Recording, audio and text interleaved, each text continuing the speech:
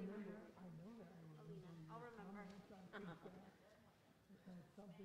Marie's not a very common name. Alina isn't either. Hello. Good morning. Yes, that was you did. You don't want that on you bet. No. Do we need to grab a book? I'm sorry? Should we grab a book? We should grab, do we, is it okay for us to grab books? Do you mind us taking Hebrew Bibles? Oh my God. Can we have Do you remember? I'm sorry? No, it's in my car. It's in your car. Well, that's okay. But you know what? I also have stuff on my screen, so there's not going to be a problem. No, we won't be using it today. My goodness. Hello, Helga. I couldn't leave you. No, I'll tell you. How wonderful. Are you doing okay? I'm fine. Yeah. I'm going to squeeze in next to Mom. I only wrote you because I knew you were praying if I wasn't here. And the more I thought about it, I didn't want to be the way to people. Who needs You know, you have to make decisions. you need a You book? do. He's a very close friend. Sitting somewhere who's going to share? Okay. Well, I I understand, and thank you for coming. Do you mind if I sit here? Yeah. No, that's all right. So, friend, oh, my goodness, okay. Wonderful, okay. So, friends, welcome. I'm not going to say a word. Okay. Friends, welcome. It's wonderful to see you. And, James, I'm not sure, are we streaming yet? Oh, good. We are streaming. So I know a number of you have reached out to me and told me that you're online, and I'm so grateful for knowing that you guys are online too. I have to tell you, I haven't done this for a couple of months. I haven't been here on a Sunday morning in a couple of months. The last time I was here, we had 40-some people following these sessions from all over the country and from here, and then people also seeing the recordings at different times. And a number of you reached out to me and said, we miss these sessions. Well, I want you to know you haven't missed them as much as I have. So I am so grateful and happy for the opportunity to be back.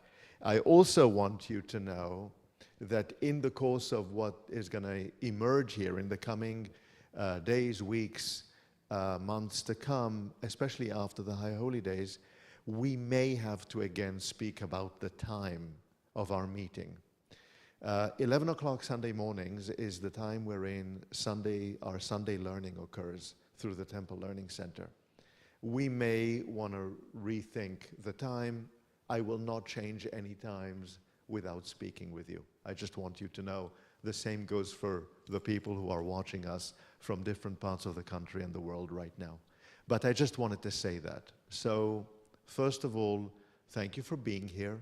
It's great to see you. We are going to take the time each session for you to hopefully get to know each other. My goodness, welcome back. How wonderful to see you. And I hope that you take the time to have a cup of coffee and to have a nosh and to say hello to each other and to get to know each other, because this is part of the purpose of this gathering. This year, we're going to spend an entire year looking at a new subject that I'm really excited about. I haven't done this here before in this particular way because I was afraid to touch it.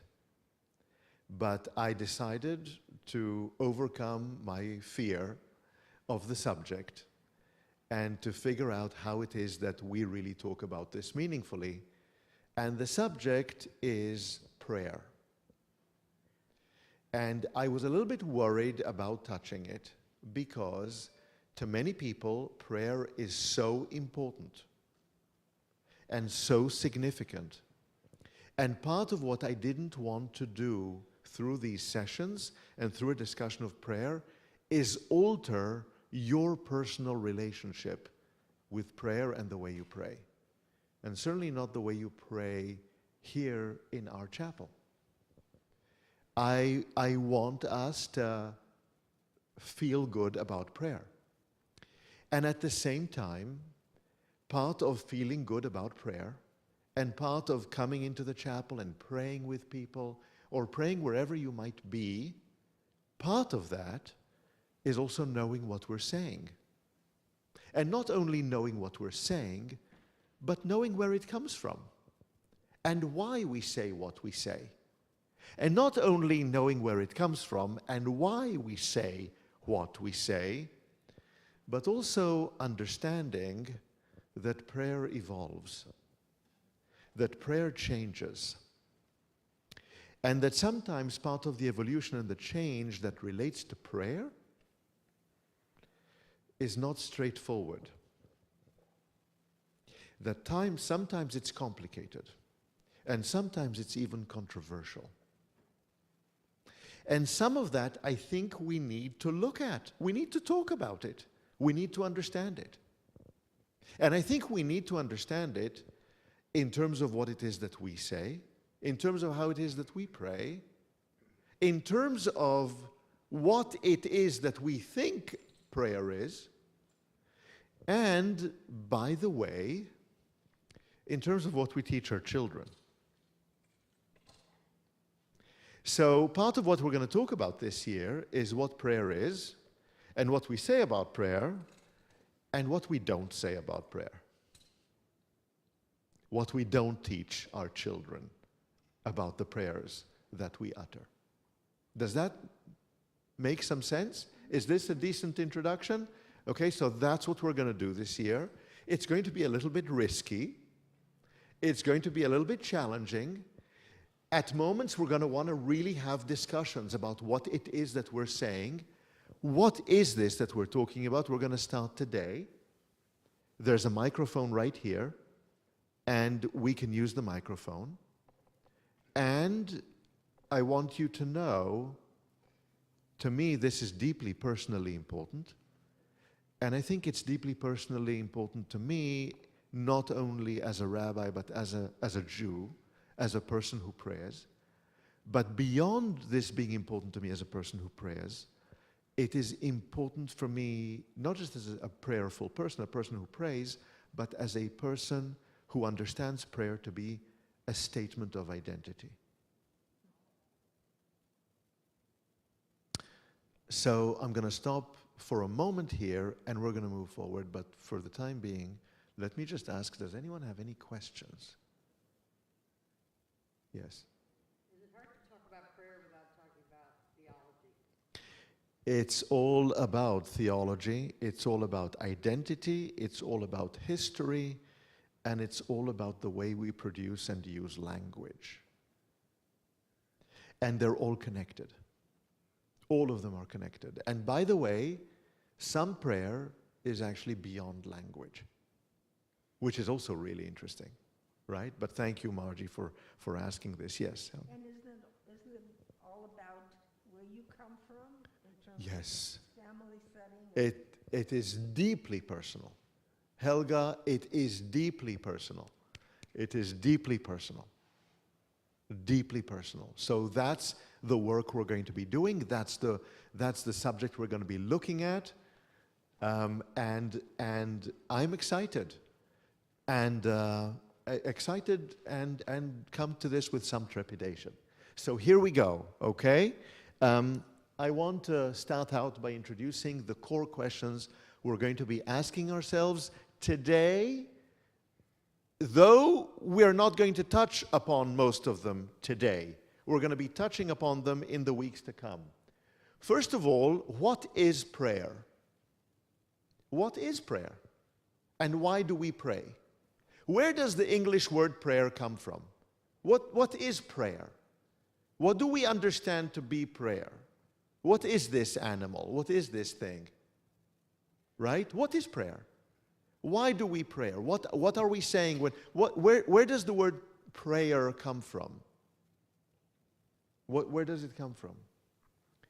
It is a request, right? It is a turning to something, someone, somewhere else to ask for something, right? Yes? I mean, this is, no. No. Candy, no. That's not what it is for me. No, well, that's the meaning of the word pray, right? Where does the word pray come from in the English language, right? Linguistically, etymologically, that's what the word means. It doesn't mean that this captures everything it means for us, right? But where does the word come from, right? It is, right? Have you heard the word petitionary prayer? Have you heard the term petitionary prayer, right? What is a petitionary prayer? What does it mean for us to make a petition, right? Right? We're going to start thinking about that. I'm going to ask you to start thinking, what is prayer? We're going to start looking into the Hebrew words for prayer and understand that this doesn't quite cap. Praise is much more involved in the service, and There is praise, there is thankfulness, there's a whole number of other things that come into this, right? Yes? It's not just one thing, right? And we want to start thinking about, that's exactly right, and we want to start thinking about what prayer is and what captures prayer and what amounts to prayer, right? Has anyone here in the room besides me ever spoken to themselves? Oh, okay. No, none of you have. Okay. Right? At what point does that moment of us speaking to ourselves in our minds becomes something else? At what point does it become something else? Let me put the question in this way. Okay? Yes? Okay. So what is prayer? Why do we pray? What are we doing? And how do we identify it? How do we say, oh, this is it? Right? That's question number one. Question number two, what is unique or special? What sets Jewish prayer aside? What renders Jewish prayer somewhat unique or different? How is Jewish prayer different from Christian prayer, Muslim prayer, Buddhist prayer, I mean, whatever other prayer there might be? What's different about it? We're going to really want to think about that. We're going to talk about that a lot. And I'm going to ask us to bear this question in mind. Okay? Yes? So far, so good? Third question. What do we understand to be the purpose of this? It's not, why do we pray? Maybe we pray because we are wired in a particular way that leads us to this activity. But when we do it, what is the purpose that we assign to prayer? Right? I'm saying these are the questions we really are going to be talking about. Yes? These are the questions, right? And then we have to turn to the how. Well, then how do we do this? What language do we use? What non-language elements do we use in prayer? What is it that we do in the context of prayer? How do we do this? And then we have to ask ourselves, well, now how we pray, why we pray, why we would even think about praying. All of this must tell us something about who we are. It must tell us something about ourselves. What does it tell us about ourselves? What does it tell us about us? Right? This, by the way, this notion of prayer and the way we think about prayer is kind of an intro to Judaism. The whole of Judaism is captured through a real learning about prayer. Okay? And it tells us something about us, about our culture, about our identity, about our place in the world, about what we're comfortable with, what we're not comfortable with. It tells us a huge amount. We're going to want to think about that. Okay? Then I wanted to ask, what can we expect to learn when we reflect on prayer? What do we expect to learn? And this I'm going to start speaking about just really briefly before we go on to look at some of the very, very foundational texts and stories about prayer in a fun kind of way today. First of all, there are things that we're going to learn that we're not necessarily going to share here. There are going to be personal reflections that each of you have that you may or may not wish to share with everyone here. But I want you to know that we're going to learn something about our own culture, about what it is that we do here, what it is that we say explicitly here, and what it is that we don't say. And we're going to, in other words, we're going to try to reach the limits, the boundaries, the walls of our culture, and we're going to know that we reach them when we bump into them. Then we're going to know, because we're often in the dark about culture until we bump into it, right? And all being well, we will bump into it. We will have a sense of what this is. But we will also learn a great deal about Jewish history, about what happened in the unfolding that has led us to pray the way we pray, and to make the choices that we make in our prayer.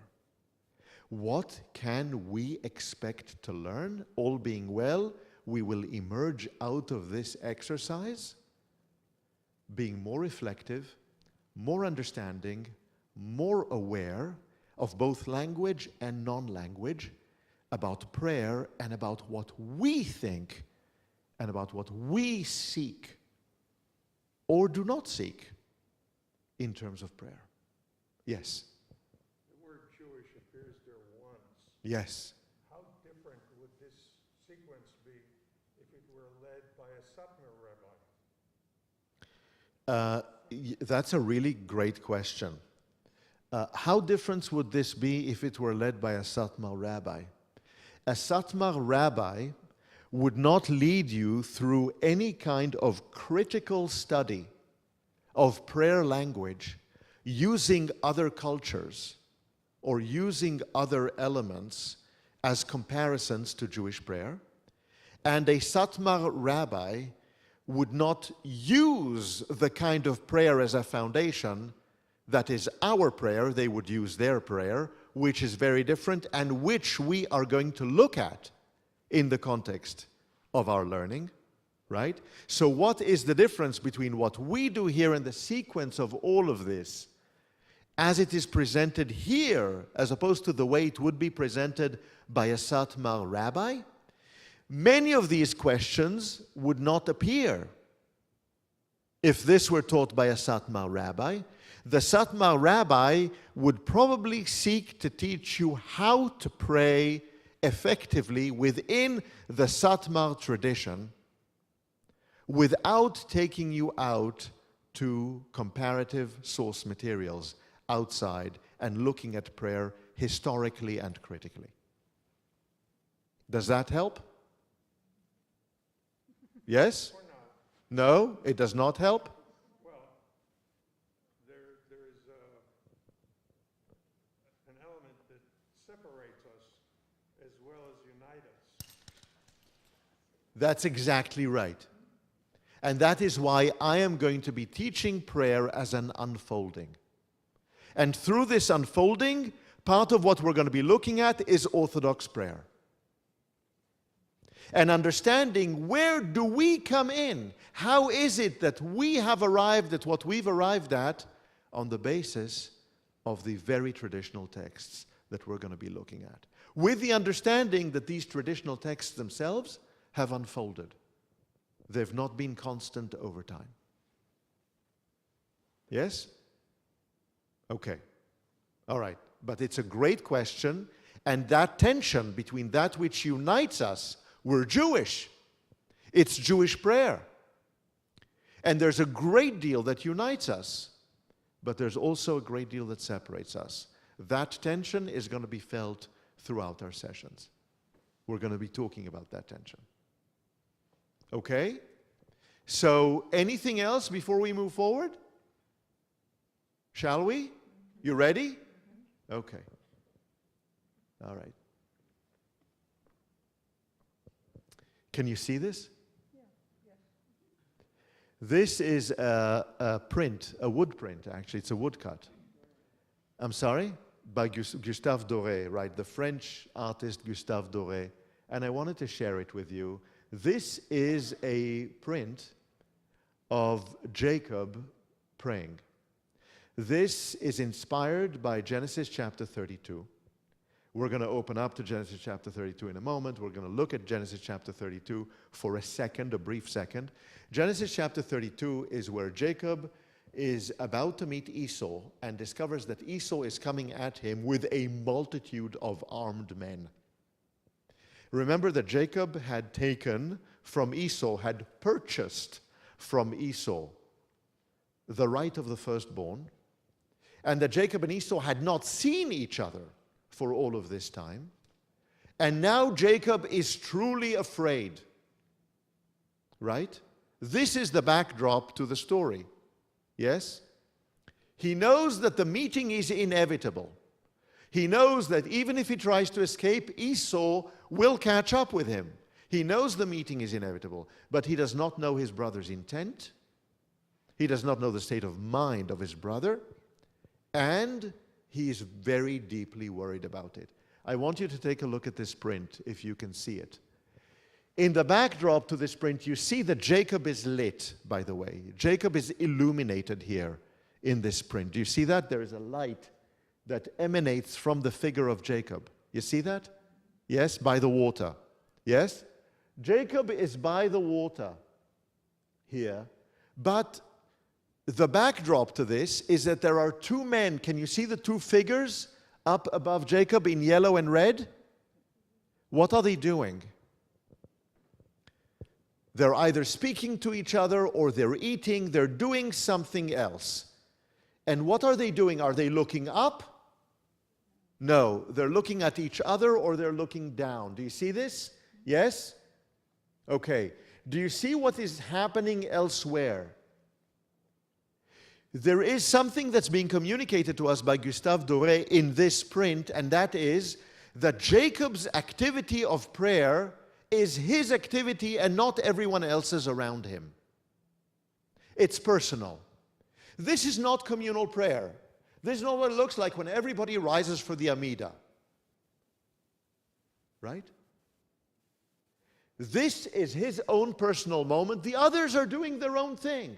The animals are doing their own thing. The people are doing their own thing. People and animals, and what are they focused on? They're focused on the world. They're focused on each other. They're focused on the animals. They're focused on what we see. Where is Jacob's? Where is Jacob looking? Where is his sight? Where is his gaze directed to? To the heavens. Something else. Something that's unseen. Something that's different, right? Think about what is communicated here through this print. Yes? You see what I'm trying to point out here? Yes? So Jacob himself is surrounded, but Jacob is alone. In this activity right here, Jacob is on his own. Yes? Which is really interesting. It's a really interesting dynamic. You see what is happening here? Okay. I'm gonna move forward here. Here is chapter 32. I don't know what page we're on, but you can take a look and see the page if you want to follow, because I'm only showing you very brief passages today, and we're going to do this. Here is the prayer of Jacob, right?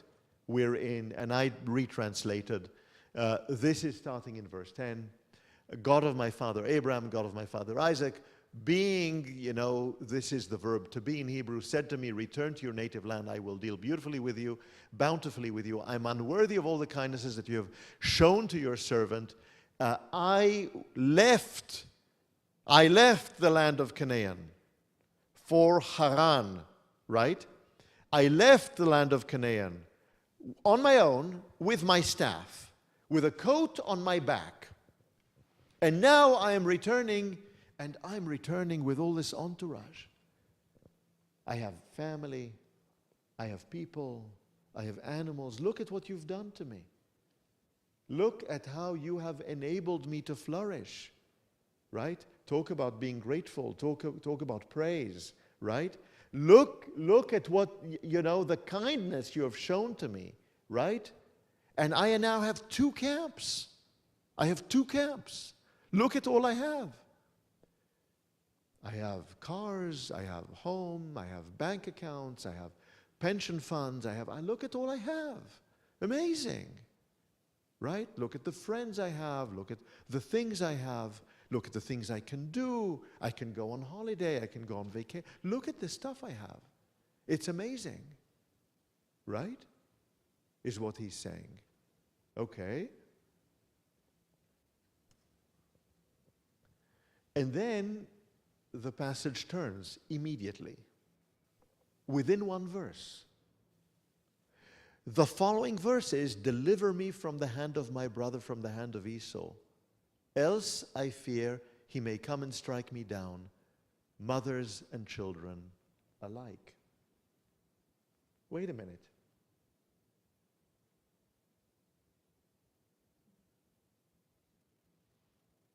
Has anyone ever noticed it? I mean, how many times have we read this passage? We read this passage all the time. Has it, like, from one verse to the next, this is like, what? What happened here? What just happened? Look at all I have. Look at the kindness you've done to me. I'm really afraid. I'm really insecure. I don't know what's going to happen next. This, by the way, is the editor's magic. This is editorial magic in the Hebrew Bible. You read this, and when you read this, and especially in the Hebrew, I have to say, the hairs on the back of your head, something here happens. The letters jump out of the page. I fear. And then we return. And what do we return to? But God, you promised. But you said. Right? So, thank you was the beginning. And the praise was the beginning. And then there was the fear of what would happen next. And that all of this might be gone. I might lose everything.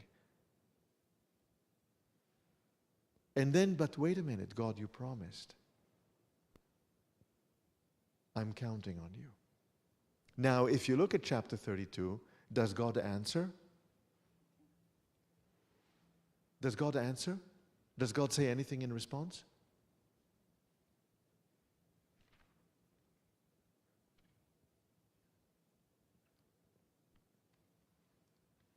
Nope. Not a word. Jacob suddenly emerges from this and does what? Starts to give orders to his servants with regard to bringing gifts over to Esau to try to mollify him. Any response here from God?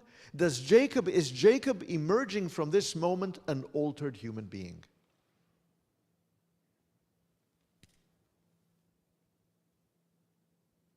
What has Jacob been able to do? Jacob was able to name his fear. Jacob was able to articulate to himself his own situation. Did the situation change? Does he have any more information than he did before?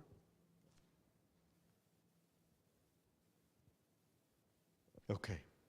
Right? There's this moment. Yes?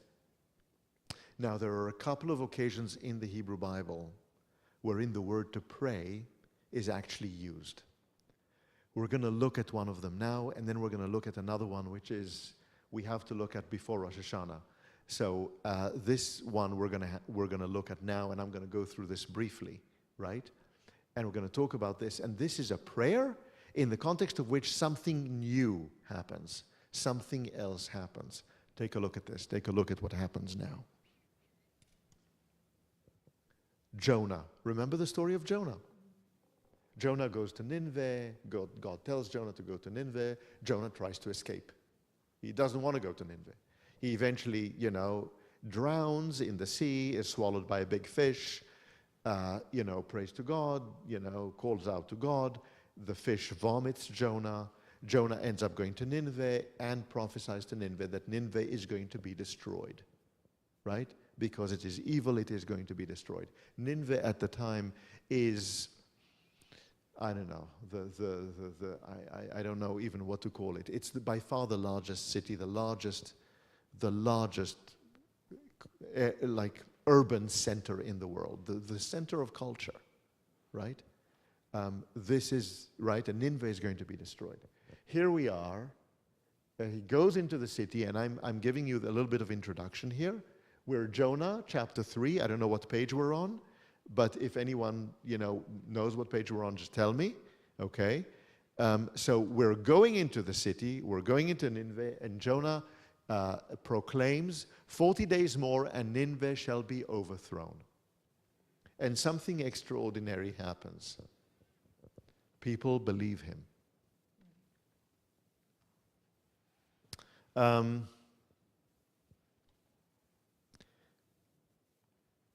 I want you to know, many of us talk about Jonah and the story of Jonah, and a number of rabbis who get together, a group of which I'm part, have spoken about this notion of the people of Nineveh believing what Jonah said. And the notion of us sometimes believing and other times disbelieving, and what do we believe and what do we not believe.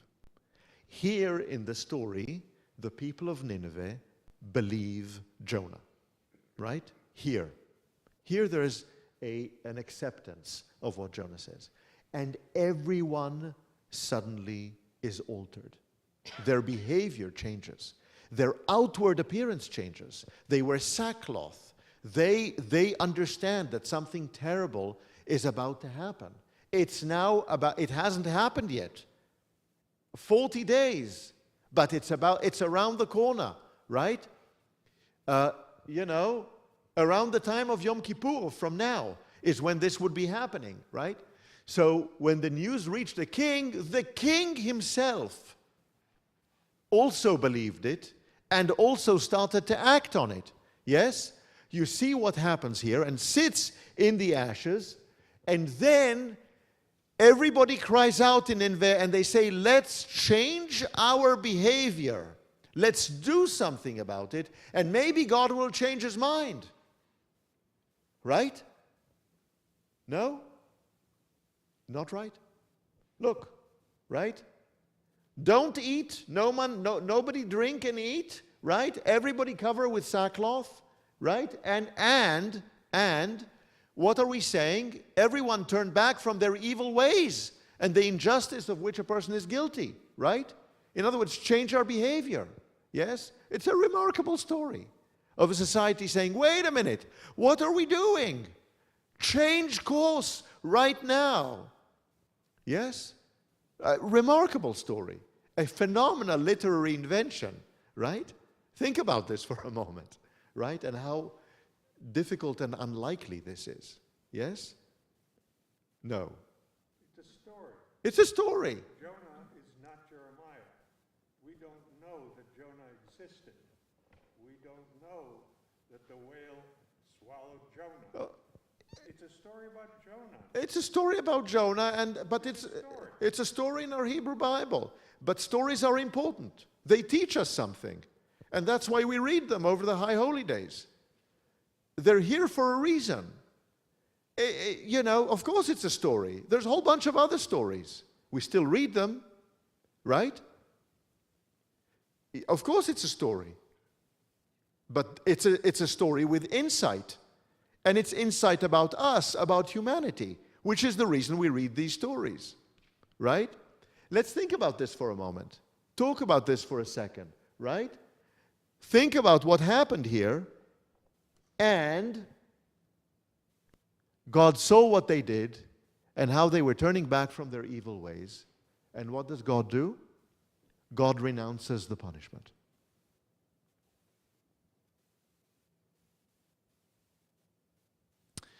There is something utterly remarkable about this story. Completely and utterly remarkable about this story. And what is remarkable about this story is that God alters his plan.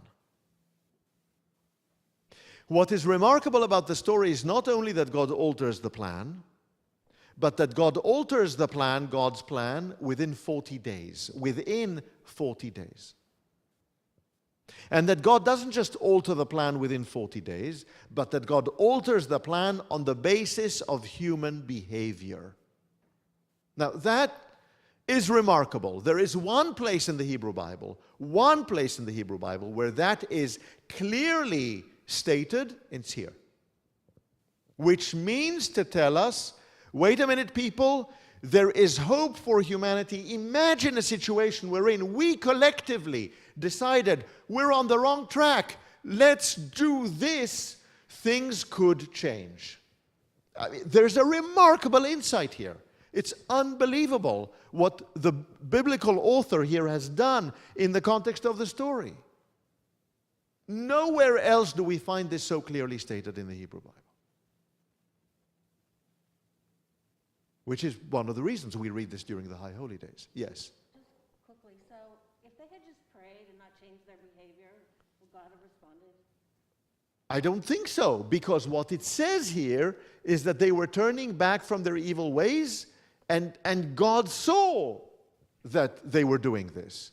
That's what the verse actually reads. So they didn't need to pray? I don't know that they would have been able to do it had they not prayed.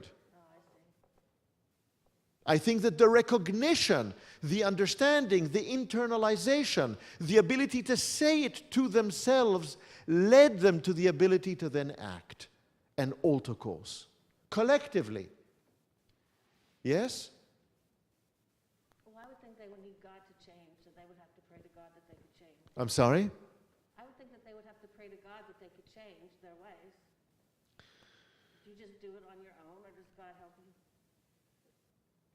You know, it's a really interesting question, Marie. The question is, and I'm going to say this so that people hear it, you know, wouldn't they have to pray to God in order to be able to change? Maybe what they got was such a wake-up call that they understood they needed to change immediately and collectively. As a group, as a society, as a city. Yes. So I think it's interesting that you put this excerpt along with the one we just read, because if you read just a little bit farther, you said that Jacob names his fear. Yes. And God doesn't answer him, but what Jacob does Yes. is he has a call to action. Yes. A plan. Yes. He presents gifts to his brother. Right. He comes to his brother like in supplication, trying to, not to anger him. Right. So he recognizes that there has to be a course of action that he has to take, that prayer helped to recognize, and that seems like that's what's happening here. That's right. That's right. In other words, there is an articulation of the issue, right? There's an articulation of the predicament, of the circumstance, of the way we are that leads us to an understanding that we have to now do X. We have to now do Y.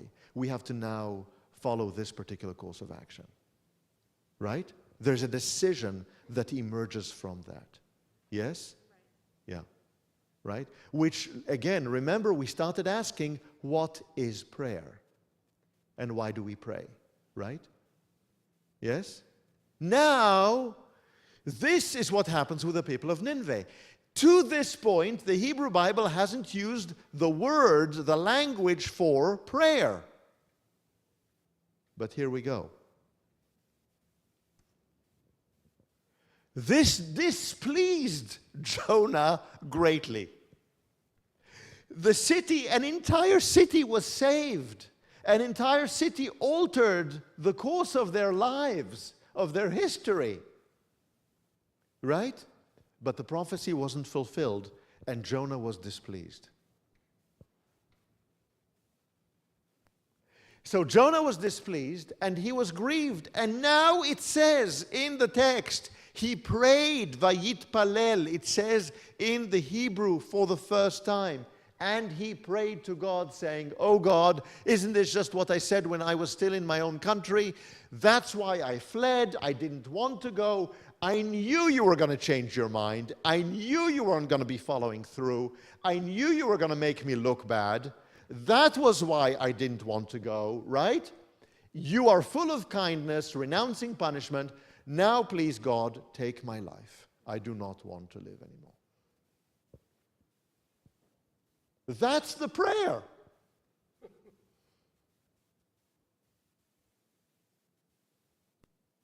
So yeah, it's a story. But why are we reading this story? I'm asking us, what is prayer? This is the prayer? In all of the story with regard to Nineveh, this is where the biblical author identifies prayer?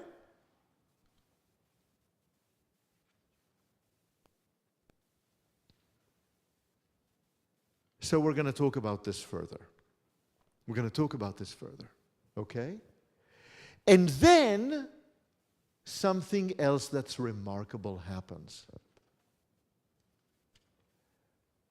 God responds. The very bottom line. And what is God's response? Oh boy, are you really that upset? Are you really so angry? Are you really so deeply hurt? Really, think about your emotions. Capture your emotions. You are so deeply wounded. You are so deeply grieved. That is God's response. Is God's response about the situation? Is God's response about the actions of the people of Nineveh? Is God's response about God's own decision? What is God's response about? Jonah's psycho-social, emotional state. That is what God's response is about. It's a moment, again, of genius in the Hebrew Bible. Of genius in the Hebrew Bible. Okay? Yes? Are there any other places in the Bible where someone asks God to take his life? Yes. There are places in the Hebrew Bible where God is asked to take someone's life. Yes. Yes, there are other places. Yeah.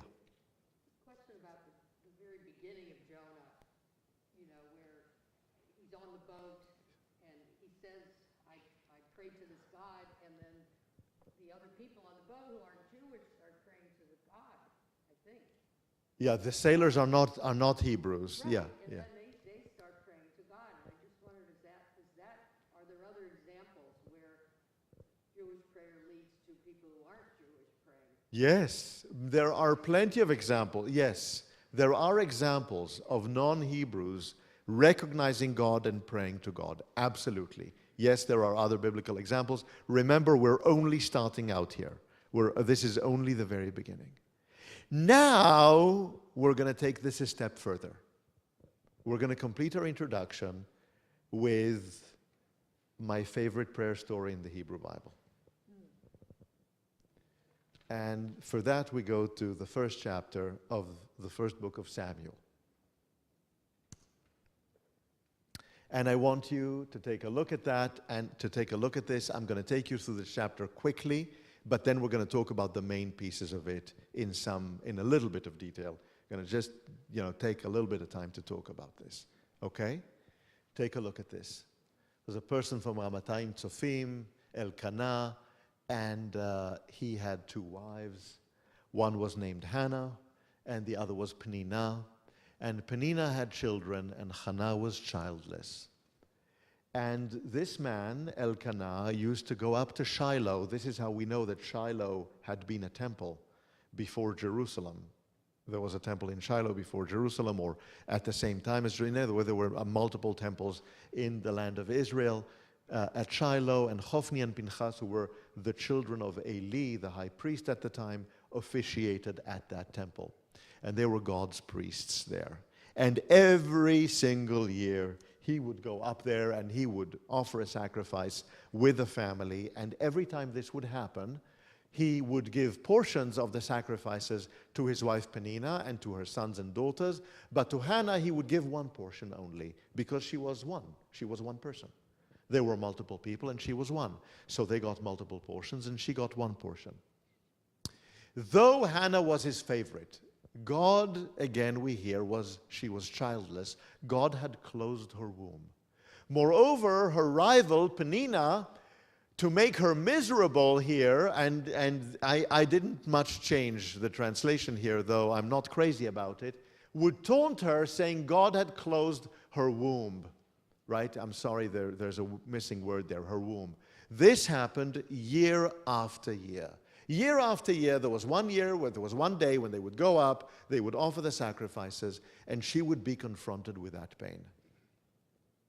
Every single year, this happened. You can imagine. Here's another story. Right? Okay. And every single time, she wept and she would not eat. And her husband Elkanah would say to her, wait a minute, why are you not eating? Why are you crying? Why are you so sad? Am I not more devoted to you than 10 children? I love you so much. I am so devoted to you. What are you crying about? What are you so sad about? What is going on here? Right?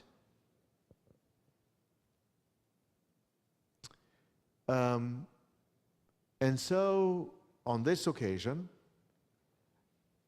they ate their sacrifices. She ate her portion. Peninnah and the whole family ate their portions. Again, it was uncomfortable. She was deeply distressed. And she rises and she goes toward the temple. And Eli, the high priest, is sitting there at the entrance to the temple, at the top step, at the door of the temple. And in her bitterness, she prays to God and she's weeping. And she's weeping the entire time. And that it actually says. This is the situation. And she makes this vow as she prays to God, that if God gives her a son, she will dedicate her son to the service of God, a Nazirite to the service of God, right? And the key here, that as she keeps praying, and it says here that she was praying, the Hebrew Bible uses the word praying, right, in this particular context, so I added it in the English. As she kept on praying before God, as she was praying before God, it says the word praying. Titpalal. Eli watched her mouth, and Hannah was praying in her heart, right? She was praying internally. Her lips were moving, but there was no sound coming out. Remember what we said about verbal and nonverbal, language and non-language? Yes? A few moments ago? Here is an example of prayer where the prayer, it says here, is in the heart. Right? First time. But her voice could not be heard. You remember the rest of the story? Do you know what happens here in the rest of the story?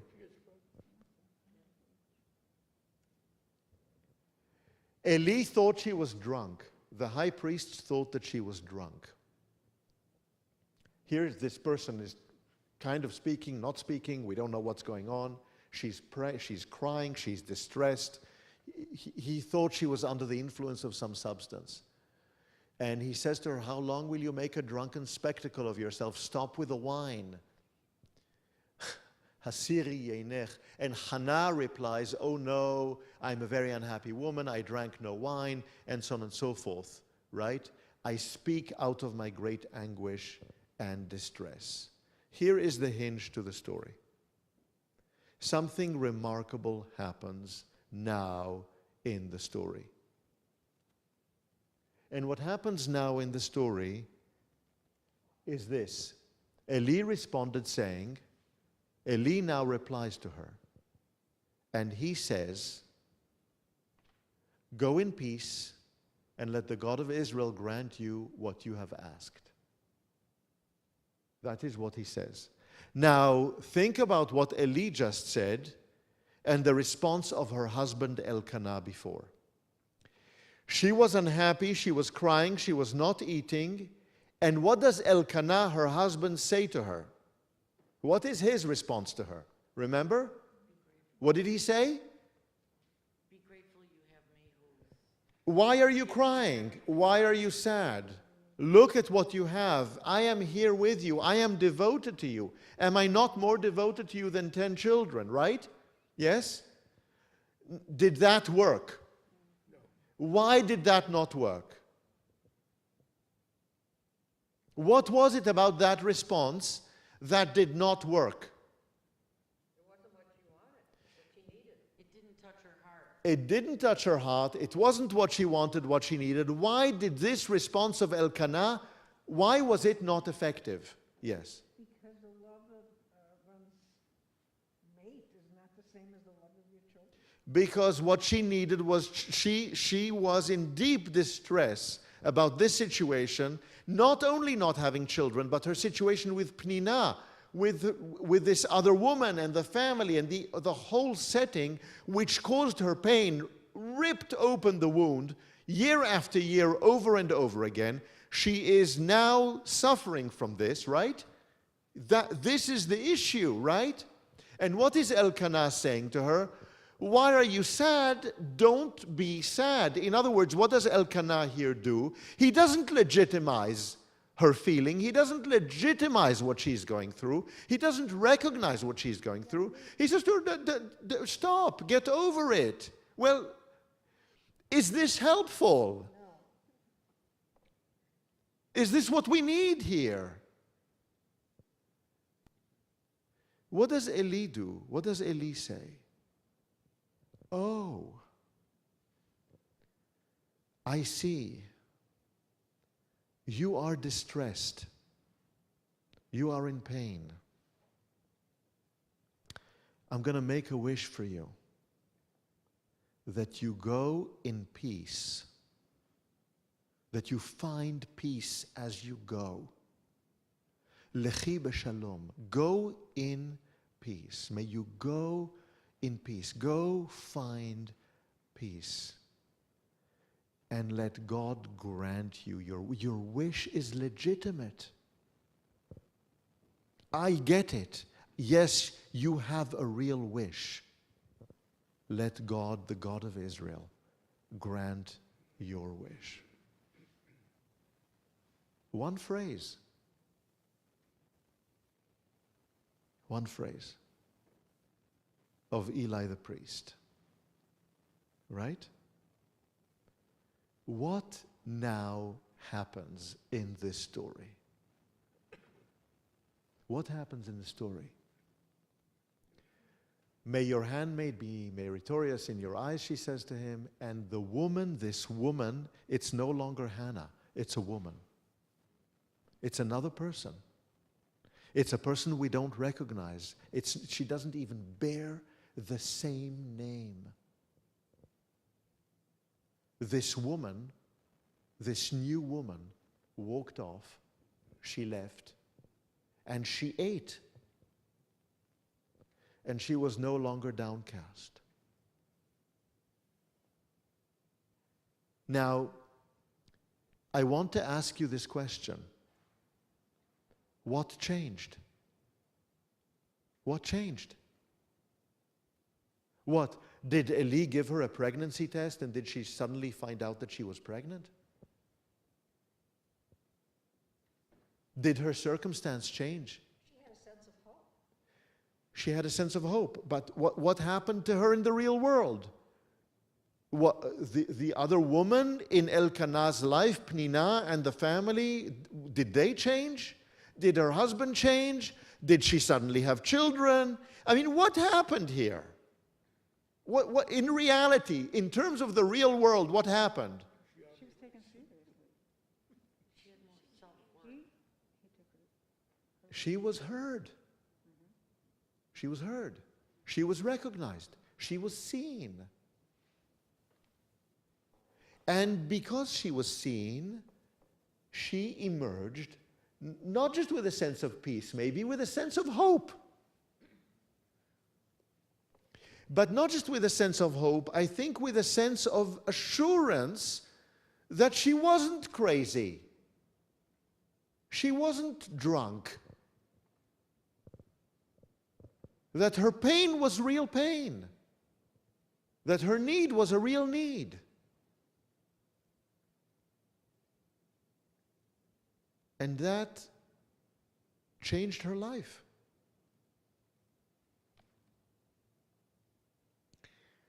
Now, she had cried before, and she had not eaten before. But something happened here, at that moment, that became the hinge of the story, that altered the direction of the story. And of course, then we know what happens. She discovers that, she gives birth. I mean, there's a whole annunciation thing that happens, and she eventually gives birth to a child who becomes a Nazirite. And we're not going to go into that whole story. But the prayer and the implications of the prayer. Right? So now I want to go back and to ask ourselves the question we started out with at the beginning. What is prayer? Now, on the basis of this, what is prayer? Why do we pray? What's the purpose of it? What does it tell us about ourselves that we pray? What do we need out of this prayer? Why are we doing this? Why are we even talking about this? Why does this appear in the Hebrew Bible? And I want to ask us another question that I want to leave you with. And I'm going to ask it in a somewhat elaborate way. How much of this personal prayer do we do on a Friday night? How much of this personal prayer do we have space for in the context of our service? Huh? Not a whole lot. What happened to our prayer? What happened to our prayer? Why is our prayer so different? When we pray, do we pray our words or do we pray other people's words? I think what the service offers us is a sense of community, that we share a need. What we are offered by the service, Helga, thank you, is something else. It's a sense of community. It's a sense of togetherness. It's a sense of being able to pray together, to rise together, to sit together, to mourn together, to celebrate together, to be grateful together, to offer praise together. But how much of this do we actually engage in our structured prayer?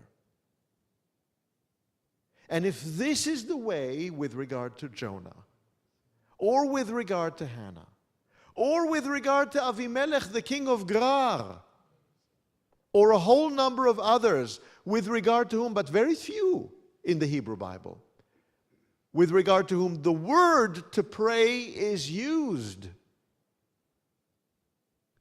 it's always personal. It's always deeply personal. So I want to just ask you this question for us to think about. What happened to our prayer? Where did our prayer go? Isn't part of it that our concept of God has evolved, that we no longer would say, my womb is, God closed my womb, that that's not, most people wouldn't say that. Isn't that part of it, in kind of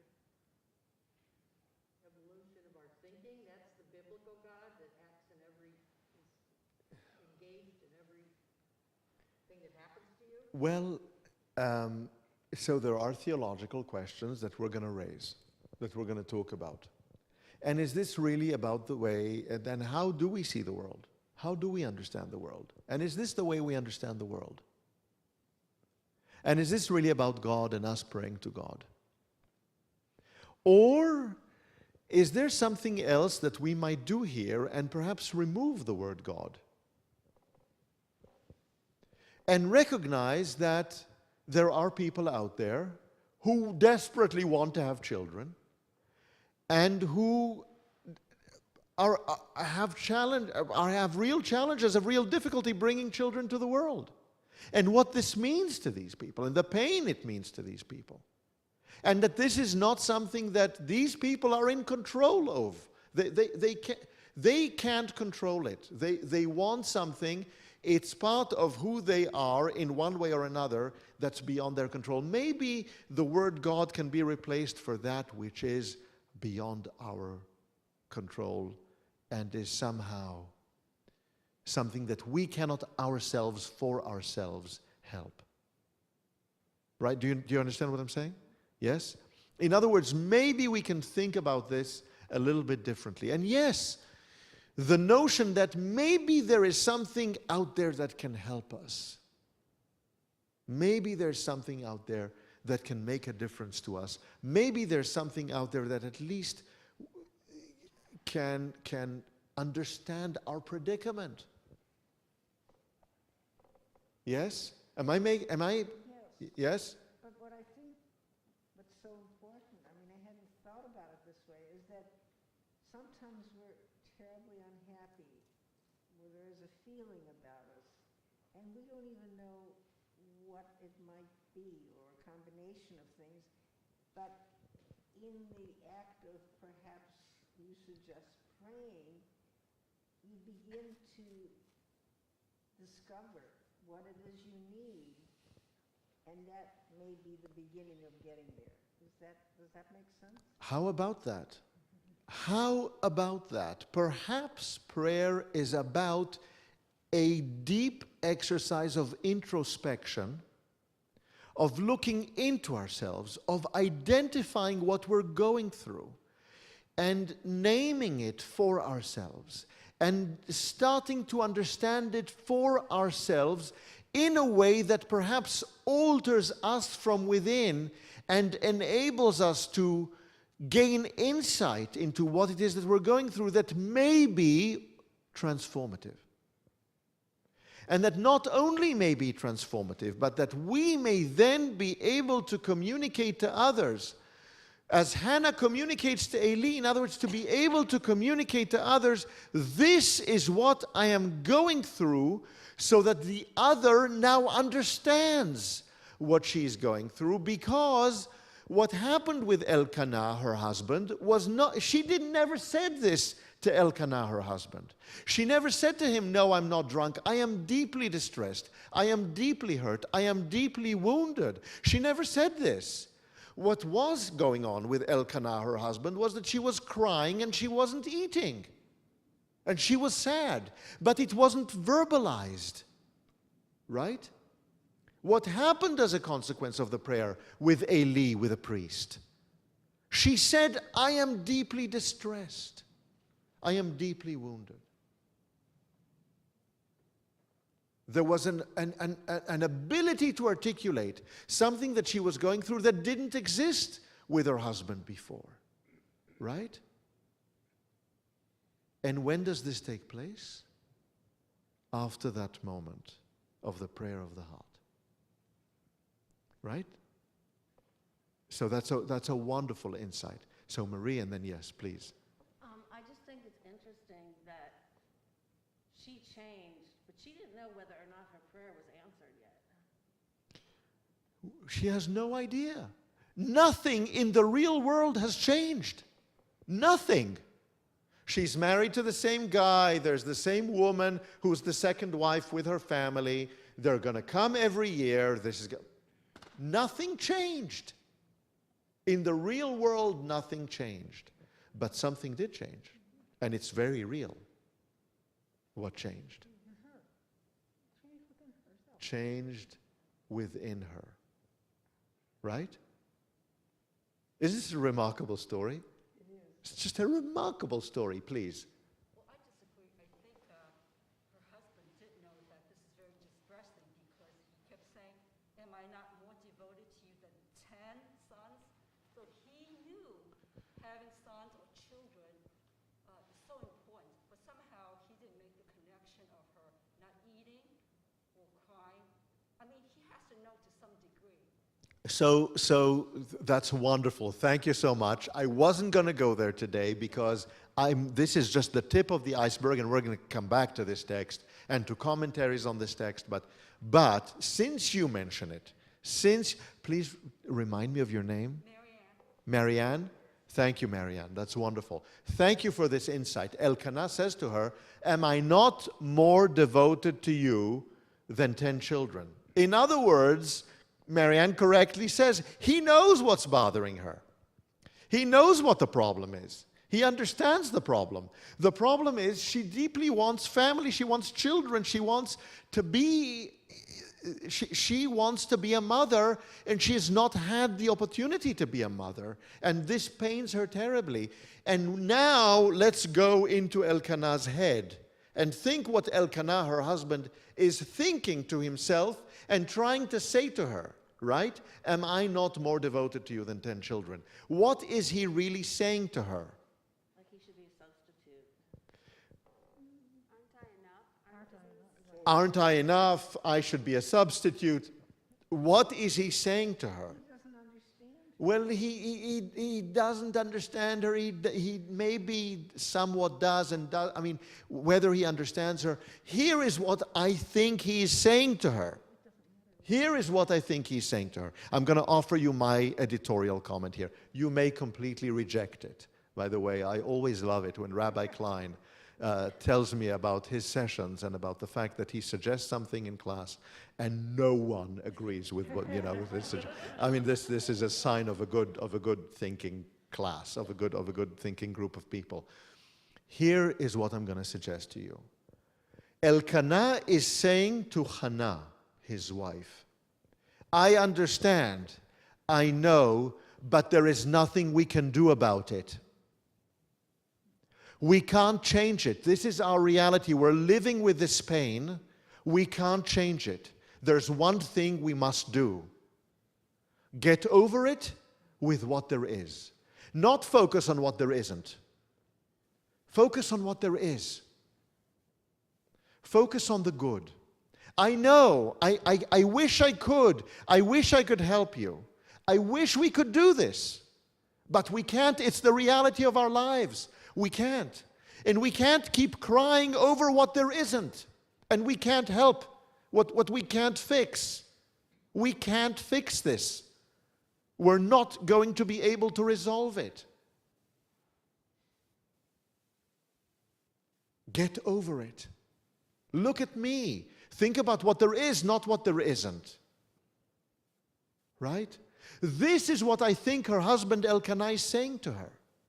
I know you want this deeply. We cannot have it. We cannot keep on crying because we cannot have it. Look at me. See what you do have. Right?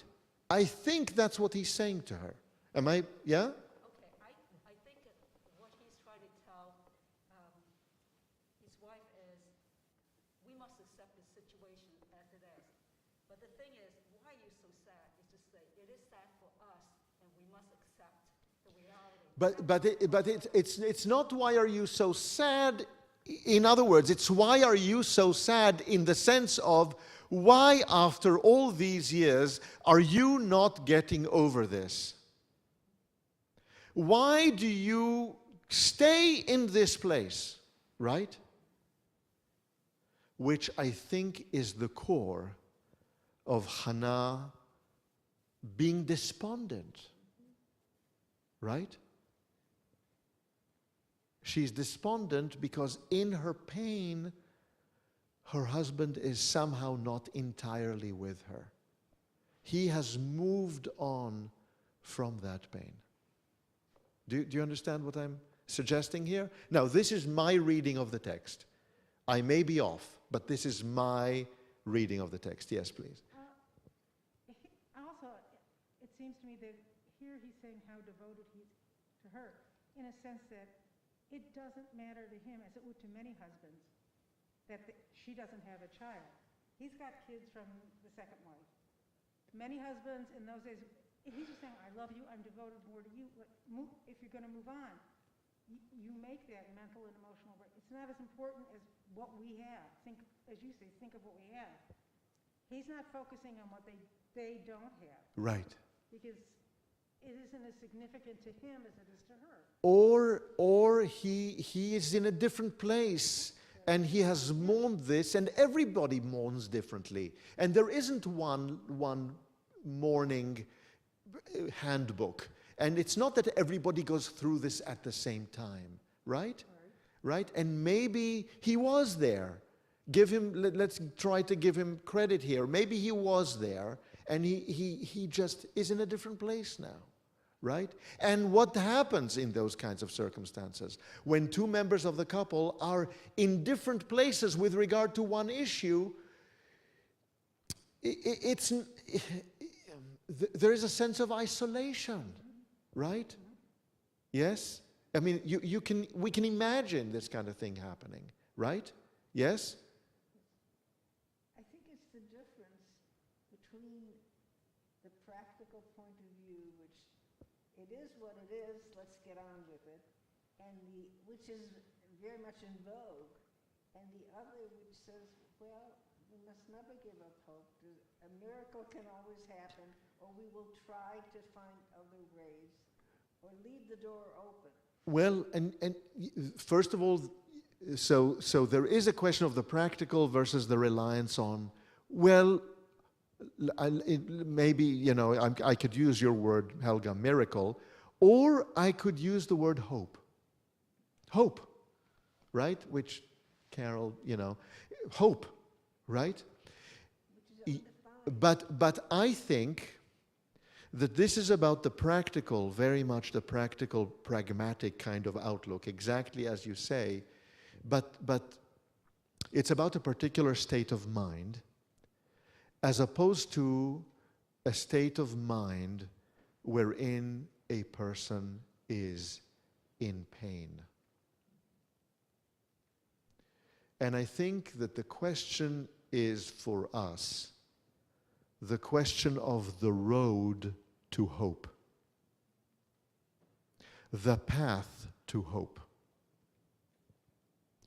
And I think that the path to hope may well be the ability to feel a sense of partnership, of understanding, of recognition, of acceptance of pain that leads us to a recognition that our pain is legitimate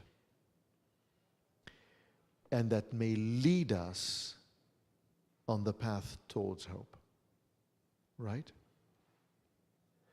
Look at the discussion we just had. Think about the discussion we just had. Do you know what we were just talking about? What did we just do? Prayer.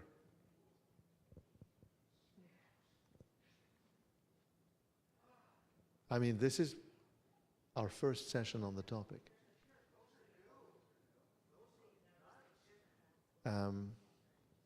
Thank you for this. Thank you for getting us. Okay.